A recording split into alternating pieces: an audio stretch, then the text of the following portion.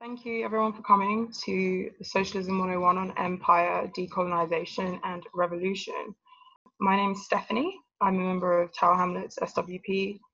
Thank you everyone for coming today. We are going to hear from some excellent speakers. They'll introduce themselves, but we're going to hear from them for a few minutes, and then we'll go into breakout rooms for some discussion and then come back together for a wider discussion, have some announcements, and then hear from the speakers again.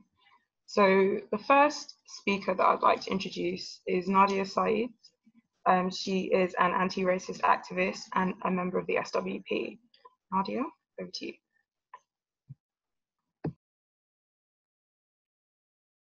Thanks, Stephanie, and thanks everyone for joining us for this meeting on Empire, Decolonisation and Revolution. And I think it's a really important discussion to be having at the moment because, what we've seen is how Black Lives Matter has totally reinvigorated the decolonise movement in the last 3 months. Firstly, in a matter of days, it began decolonising the streets from, the removal of statues of slave owners like Edward Colston and Robert Milligan here in the UK, to the numbers of Confederate statues and monuments in the US that have been taken down.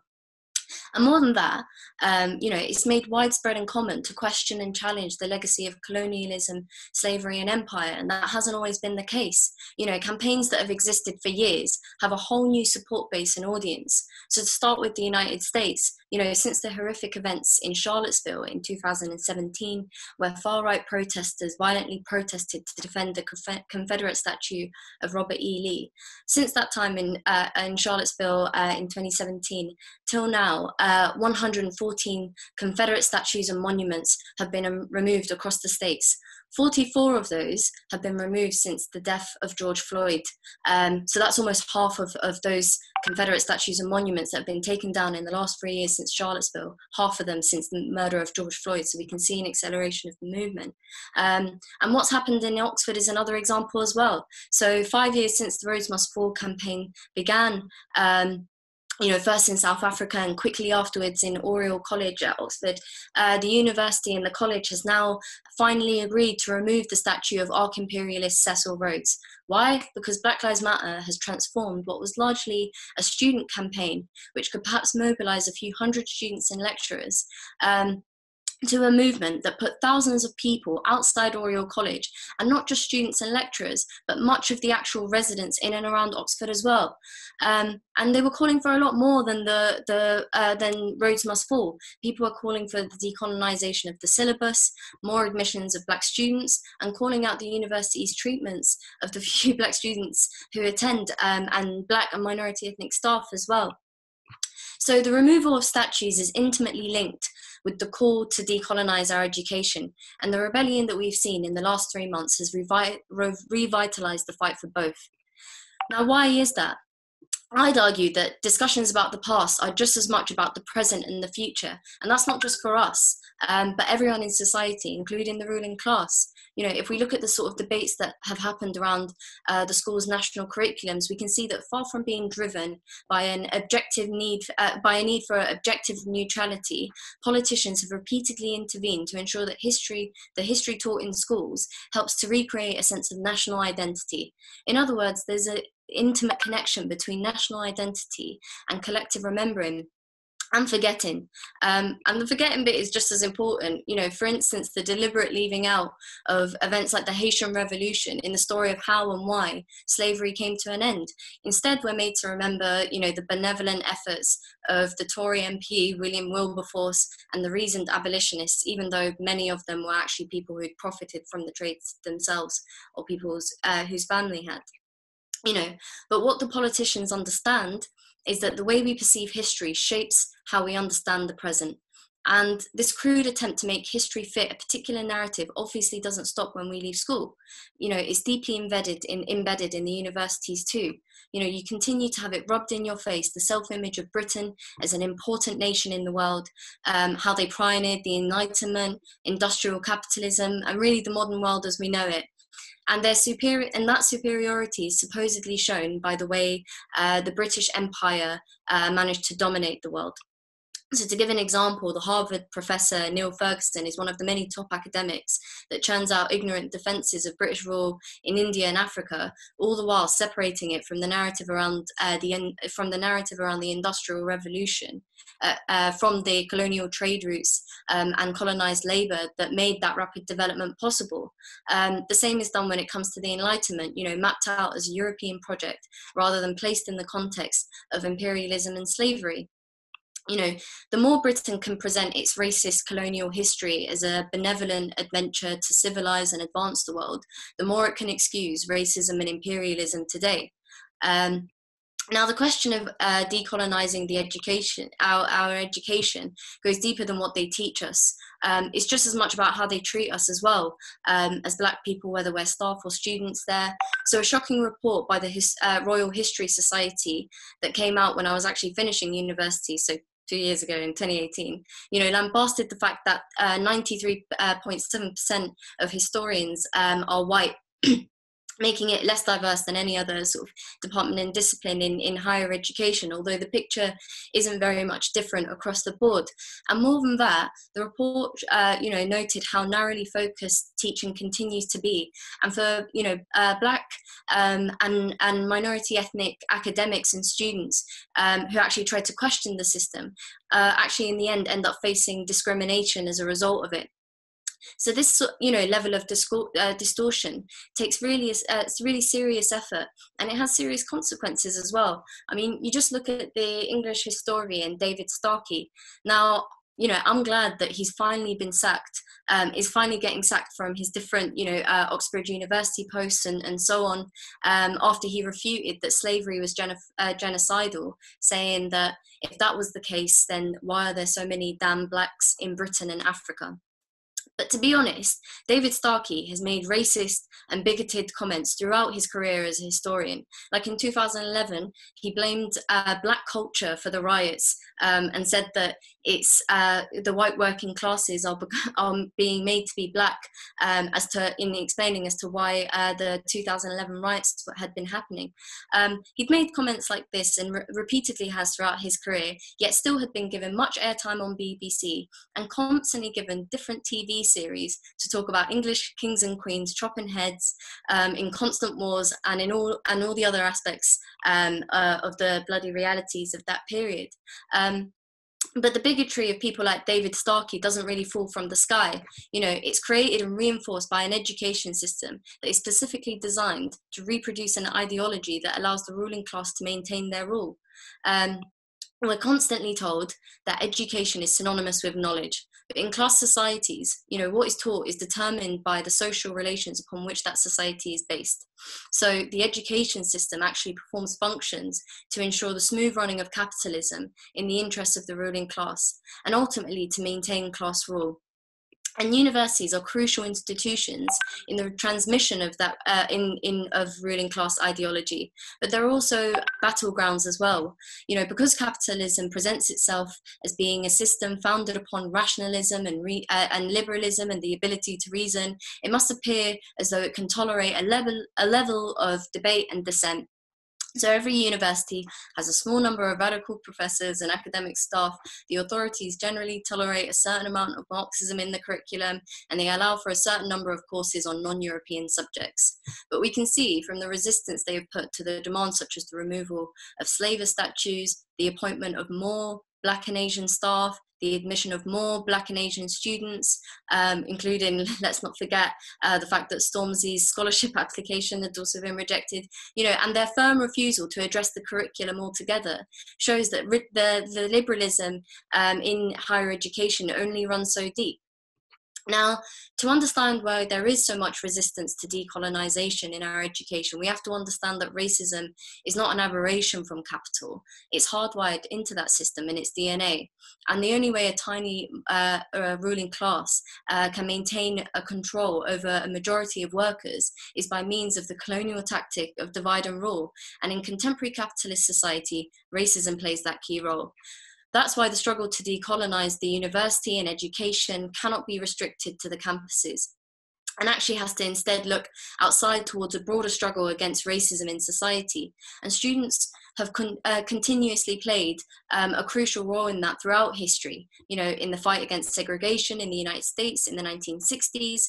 Actually, very recently, one of the leading activists in the Student Nonviolent Coordinating Committee, John Lewis, has passed away.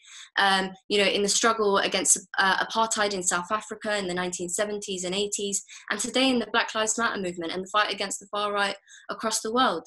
You know, the only way to get rid to rid ourselves for good of a colonized education system is to rid ourselves of a racist and imperialist capitalist system. And I'll leave it at that, Steph.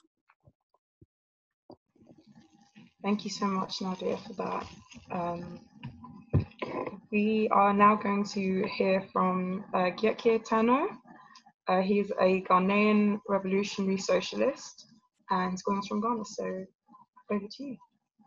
Thank you very much. And thanks for inviting me to join this very exciting meeting. I think Nadia set the tone very well. Thank you very much, Nadia. And one of the things that, and she provides me with a perfect starting point for revisiting what the importance of decolonization generally, more broadly, beyond the question of education, and more broadly beyond the question of countries like Britain has meant historically and what it still means today to the majority of the world's population.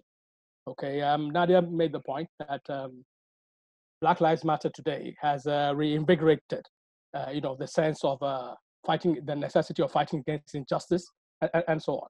And I think that the fight against colonialism originally did the same thing, and on an electrifying scale. It's very, probably, it is very difficult now, looking at continents like Africa, to imagine how electrifying the liberation of their countries from the power of imperialism, from the power of empire was in the 1950s, in the 1960s, and so on. But that was exactly the case. When the Second World War was ending, the British Prime Minister at the time, Winston Churchill, that famous anti-racist, was talking about the fact that the sun would never set on the British Empire. A couple of years after that, India, the jewel in the British crown, had won its independence. A few years after that, the British Prime Minister, another successor to Churchill, like Douglas Hume, had to confess in a speech he gave in Africa that the winds of change were blowing inexorably.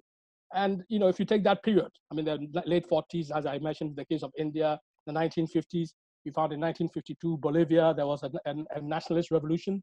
In 1954, in Guatemala, attempts were made by a popular movement to overthrow the rule of US capitalism and transnational companies. You found the same thing in 1954. The French Empire was defeated in Dien Bien Phu in Vietnam. This was the start of the long Vietnamese War.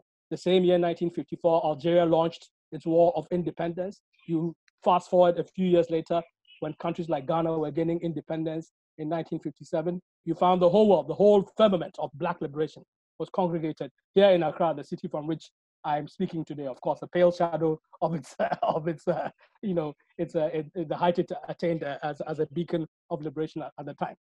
And fast forward to 1960, which the whole world acknowledged as the year of Africa. 17 countries gained their independence, you know, that year, the same year that the British Prime Minister, as I referred to, talked about the inevitability of the winds of change that were blowing in Africa. And some of the global headlines, you know, media headlines would talk to that. I'll give you a couple of quotes. There was one which said, Africa, long known as the dark continent, is now bright with the glow of smoldering unrest and the flame of open revolt.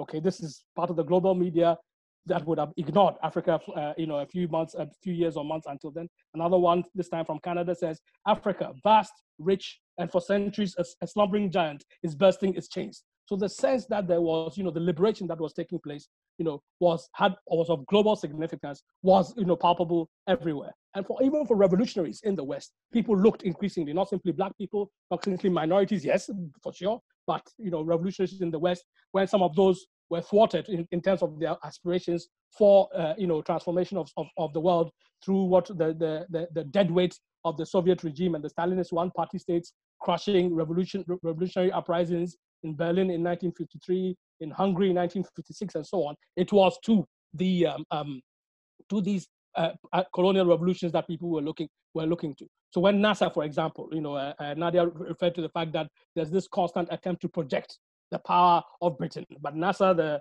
the leader of Egypt, who came at the head of this nationalist revolution, humiliated Britain completely. In fact, he signaled the end of the totality of Britain's decline as a leading global power at the time, when he nationalized the Suez Canal in 1956 and humiliated both Britain and France in one fell swoop, and so on. So this was the scale of aspiration that was. And of course, within that aspiration was a variety of hopes and ambitions, was a variety of demands and needs that people were fighting for.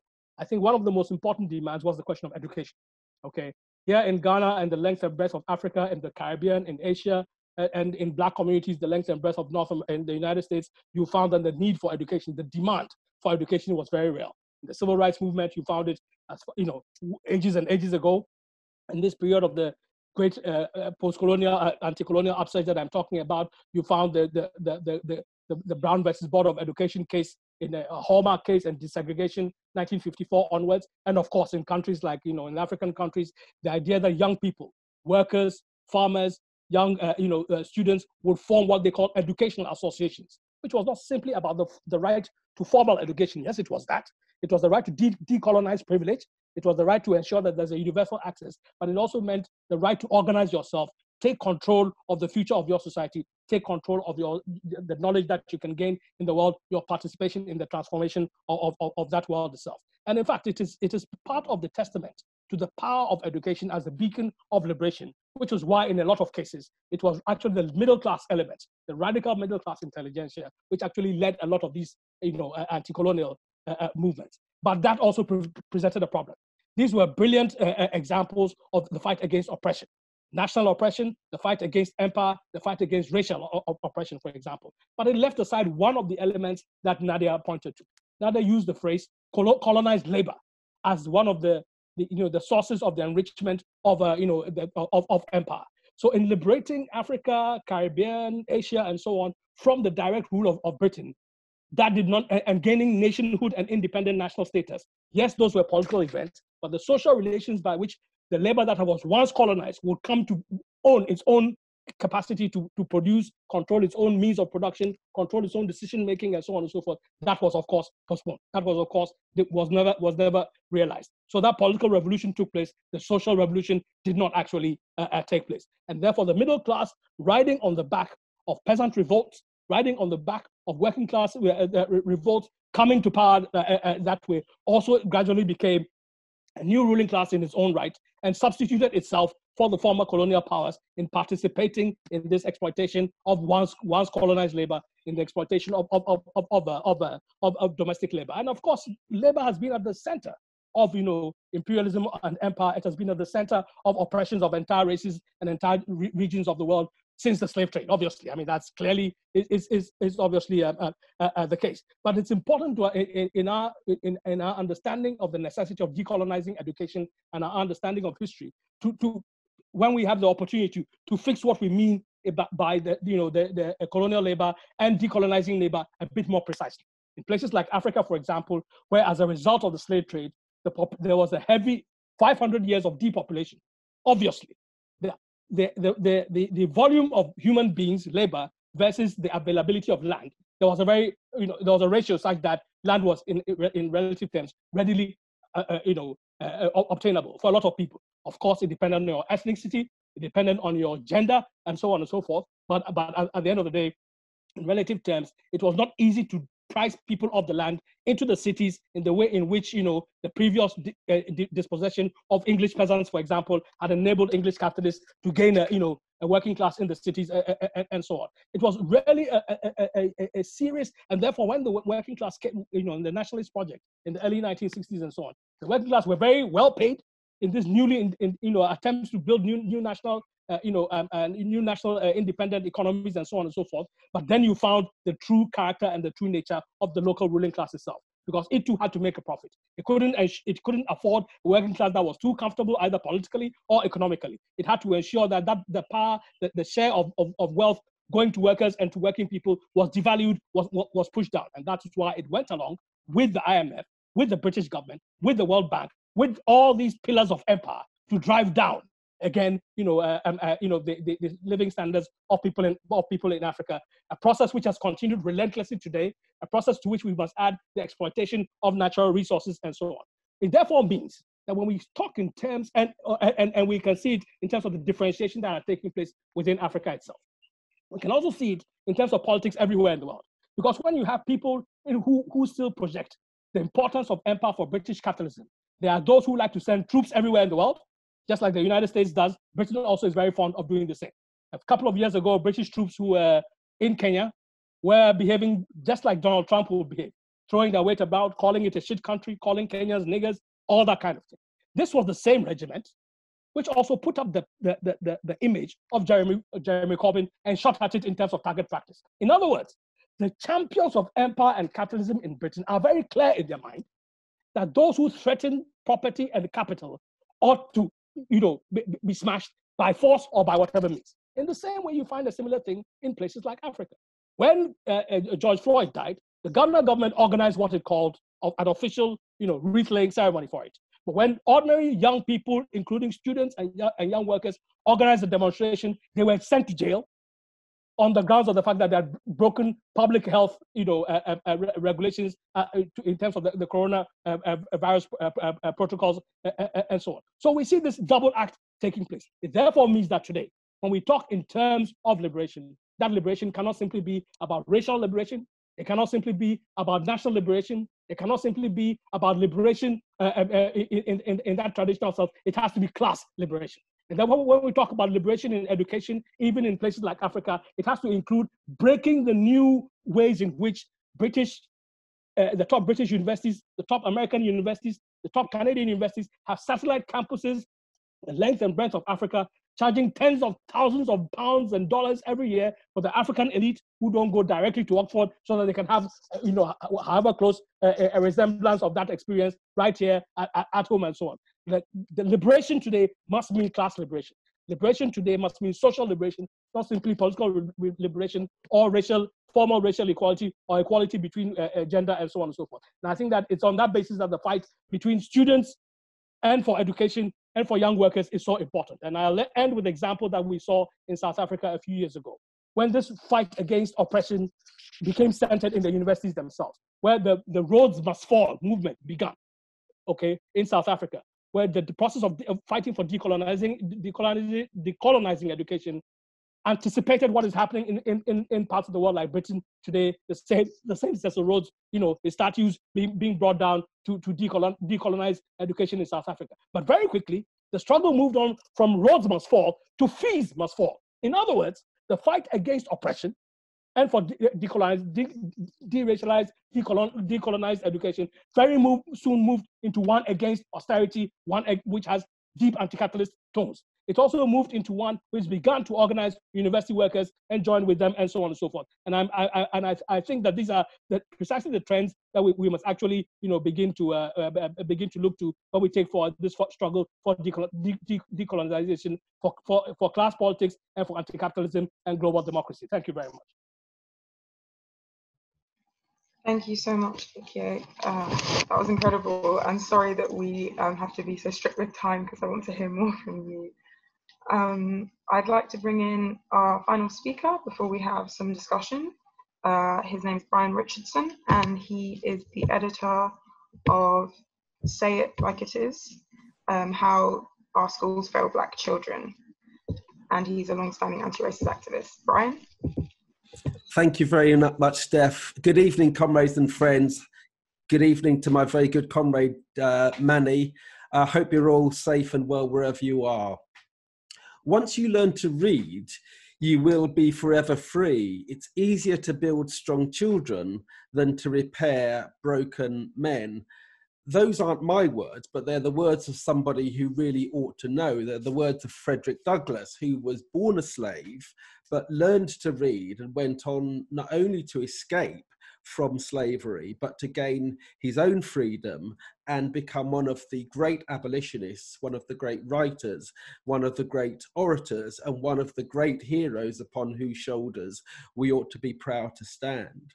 And one of the great myths that has always been used to justify the subordinate position of Black, Asian and minority ethnic people is that somehow education is something that we're not deserving of, that it's pointless educating us. It was used to argue that slaves really were lesser beings, were children who could only be taught the most basic tasks in order to work in the fields. That was then. Latterly, even today, we have this notion that somehow people from our communities are anti-education, that we're too cool for school, that for black boys it's somehow effeminate to be interested in education, as if that is something to be critical of and something to be proud of. The reality, as I hope has been clear from the perspectives outlined by both Nadia and Mani so far, is very different. The importance of education has always been recognised by poor, black and marginalised communities, and therefore I think it's no coincidence that the question of education, and in particular decolonising the education system, has been catapulted to the top of the agenda in the wake of the eruption of the Black Lives Matter protests. And what I want to do, hopefully to dovetail with what the other two speakers have said, is to illustrate this point by highlighting one of the great, if unsung, examples of the history of post-Windrush Britain. Next year, 2021, will mark the 50th anniversary of the publication of a seminal pamphlet, How the West Indian Child Was Made Educationally Subnormal in the British School System. And I want to say something about the circumstances in which that pamphlet was written, because I think it is absolutely central to and relevant to the discussion about decolonising education. And there are three things in particular that I want to say.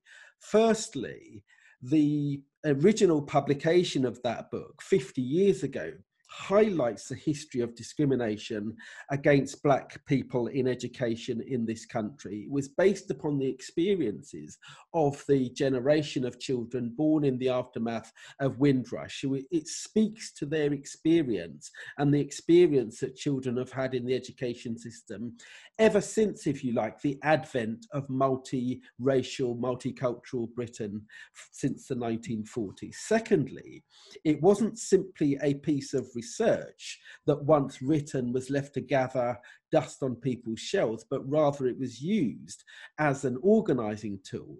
And thirdly, it left a legacy in terms of the development of anti-racist teaching that I think offers us lessons for today. So let's consider the first point. Firstly, Cord himself was amongst a cohort of people who came to Britain in the aftermath of the Second World War, and they came from islands that had been colonised by Britain, from Jamaica, from Grenada, that's where Cord came from Trinidad, Barbados, to name just a few, countries which incidentally at that time were in the process of fighting and successfully throwing off British rule in the same era, if you like, as the countries that Mani talked about during his contribution.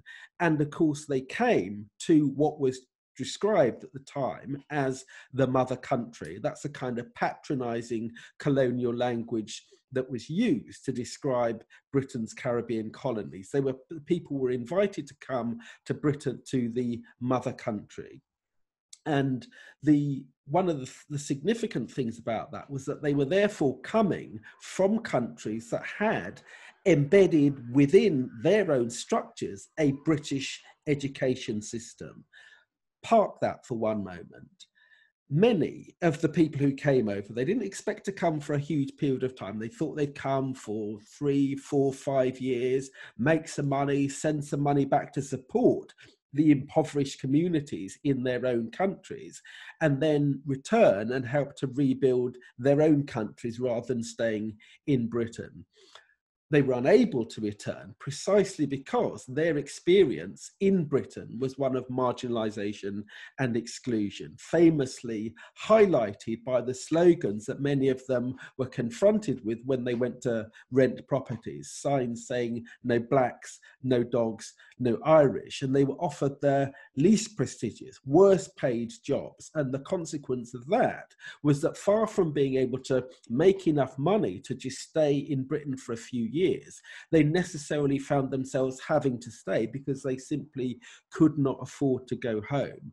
And so it was in those circumstances that, having begun to settle more permanently in Britain, they began to form relationships, to get married, and to have families. And it was, of course, therefore, the children of those relationships who were going through the British school system in the 1950s and 1960s.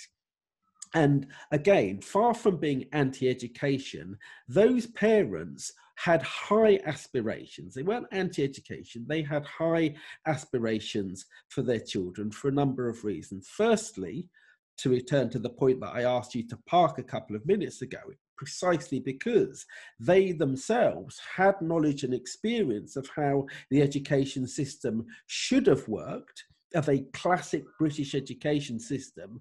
They knew what to expect, and therefore they had high expectations that their children should be able to do well. And they wanted their children to do well precisely because they saw a decent education as being the route out of the kind of marginalisation and exclusion that they were experiencing. They wanted their children to do well. But far from achieving well, far from succeeding in schools, so many of those children found themselves being labelled, in the words of that pamphlet, educationally subnormal, and dumped into what were called at the time sink schools. Now, their parents knew that there wasn't something wrong with their children because many of them had set up Sunday and supplementary schools, often on the very same sites that their children were going to from Monday to Friday. They were running supplementary schools on those sites and were able to see for themselves that their children were bright, intelligent and capable of achieving. And yet from Monday to Friday, when they went inside often those very same gates, those children were being marginalised and excluded. And so it was in those circumstances that those parents decided that something needed to be done about it, and they therefore commissioned Cord, who was a master's degree student. He subsequently went back to Grenada and became the Deputy Prime Minister. He was at the time a master's student in Sussex, and it was in those circumstances that Black parents commissioned him to carry out the research, which culminated in the publication of How the West Indian Child is Made Educationally Subnormal in the British School System. But so that's a measure of the history of marginalisation. But having produced the publication, they didn't simply decide to leave it to gather dust on shelves. They used it as an organising tool to demand change, to demand a difference. And I think that that is important because it did make a huge difference in the 1970s and 80s. It was precisely because of that pioneering work that they were able to fight for and gain the support and solidarity of Black and white teachers in schools, and pioneered the anti-racist education that was a feature of the system in the 70s and 80s. And I should add, actually, that I think it's no coincidence that those developments, the development by white teachers, often socialist teachers, coincided with the period where there were also struggles outside of schools. The growth and development of the Anti-Nazi League and its cultural equivalent, Rock Against Racism, fighting successfully against the growth of far-right and fascist organisations like the National Front at that time. And so it was at that time that they created anti-racist education, and it made a difference to a generation of kids going through schools at that time. I know from personal experience, because I was one of those children who was able to have a much different educational experience to my predecessors, and my generation were able to go on to further and higher education and so on. But to come back to the points that Nadia was making, it's important for us to acknowledge that things don't simply remain the same. There hasn't just been an unending period of progress. Why? Because, as Nadia said, education is a contested arena. It's not just a neutral space. On the one hand, it is the primary means by which the ruling class trains the next generation of workers, but also educates people to know their place. As the great German philosopher Karl Marx said, the ruling ideas in society are the ideas of the ruling class, and they seek to inculcate those ideas through their control of schools, colleges, universities, and so on. They have a problem, however, which is that we're not simply automatons into which these ideas are poured and accepted, but we are capable of being sophisticated people able to understand and to learn through our own experiences and our own interactions with other people. And it's precisely because of that that we realize through the experience of racism, through the experience of anti-racism, that it's possible to create and fight for a different society. The backlash, there necessarily was a backlash against it, against those kind of progressive developments, the developments that led to comprehensive education, and a specific determination to smash the progress that was made in the 70s and 80s. And it was why, let me finish by saying this, it was why seeing these developments, seeing the progress that we made being smashed off the agenda, that we produced the book that Stephanie mentioned that I edited 15 years ago, Tell It Like It Is, How Our Schools Fail Black Children, because we could see the way in which the progress that had been made had been smashed and destroyed. And instead we had academies, we had league tables, we had the re-establishment of competition in the way in which the old grammar and secondary schools had operated, as against the progressive developments of comprehensive education. We are in the process of updating and republishing Tell It Like It Is, and I think it will make absolute sense for us to incorporate the kinds of debates and discussions that we've seen over the last few months and that we're having here this evening, because it is a tribute not just to the breadth and the diversity of the movements that we have seen over the last 3 months, but it's a tribute to the internationalism that it was the example of Bristol and the dumping of Colston's statue in the harbour in Bristol that reverberated back across the Atlantic and led to the revitalisation of the decolonisation movement over there. And so, if you like to come back to where I began with the quote of Frederick Douglass, George Floyd was broken by this rotten and corrupt system. The greatest tribute that we can pay to him is by building the generation of children who can take the struggle forward and ensure that we achieve the revolutionary transformation that can make society better for all of us and for the generations to come.